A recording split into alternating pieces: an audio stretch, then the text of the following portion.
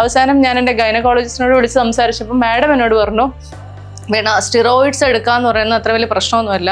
പല രോഗങ്ങളുള്ളവർ ഇങ്ങനെ സ്റ്റിറോയിഡ് എടുത്തിട്ട് തന്നെയാണ് ആ രോഗങ്ങൾ മാറ്റുന്നത്, അല്ലെ throughout their pregnancy journey steroid എടുക്കാറുണ്ട് എന്നുള്ളത്. പക്ഷെ അപ്പോഴും എൻ്റെ ഒഫ്താൽമോളജിസ്റ്റ് 100% അതിനോട് എഗ്രി ചെയ്തില്ല.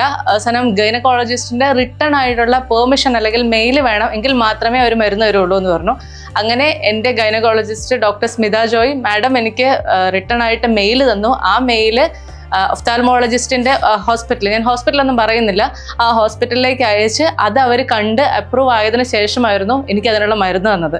ആ ഒരു ഫേസ് എന്ന് പറയുന്നത് ഭയങ്കര ബുദ്ധിമുട്ടായിരുന്നു. കാരണം എങ്ങനെയാണത് പറഞ്ഞു തരാമെന്ന് എനിക്കറിയില്ല. കാരണം ഞാൻ അത്രമാത്രം എന്താണ് എടുക്കേണ്ടതെന്ന് അറിയില്ല. എന്തെങ്കിലും പ്രശ്നങ്ങൾ ഉണ്ടാവുമോ, അങ്ങനെ ഉണ്ടാവുകയാണെങ്കിൽ ലൈഫ് ലോങ് അതിനെ മാനേജ് ചെയ്യണേ എങ്ങനെയാണ്, ഇങ്ങനെയൊക്കെയുള്ള 100 സംശയങ്ങളായിരുന്നു മുന്നിലുണ്ടായിരുന്നത്. ഇപ്പോൾ ഹസ്ബൻഡിനോട് ചോദിക്കുമ്പോഴാണെങ്കിലും ജീവനാണെങ്കിലും പറയുന്നത് ഫൈനൽ കോൾ എടുക്കേണ്ട ആൾ നീയാണ്, കാരണം എത്രയൊക്കെ സപ്പോർട്ടീവ് ചെയ്യാൻ മാത്രമേ എനിക്ക് പറ്റുള്ളൂ, ഇതിലൂടെ കടന്നു പോകേണ്ടി വരുന്നത് ഞാൻ തന്നെയാണ് എന്നുള്ളത്. അപ്പോൾ ആ ഫേസൊക്കെ ഇപ്പോഴത് പറയുമ്പോൾ ഞാൻ ഇമോഷണൽ ആവും. എന്നാലും ആ ഫേസൊക്കെ ഞാൻ തരണം ചെയ്തതിന് ശേഷമാണ് അങ്ങനെ ഒരു വീഡിയോ ഇട്ടത്. ആ വീഡിയോ ഞാൻ പ്രതീക്ഷിച്ചതിനേക്കാൾ കൂടുതൽ ആൾക്കാരത് കണ്ടു. അതിനെക്കുറിച്ച് ഒരുപാട് ഇങ്ങനെ സ്നേഹാന്വേഷണങ്ങൾ വന്നിരുന്നു.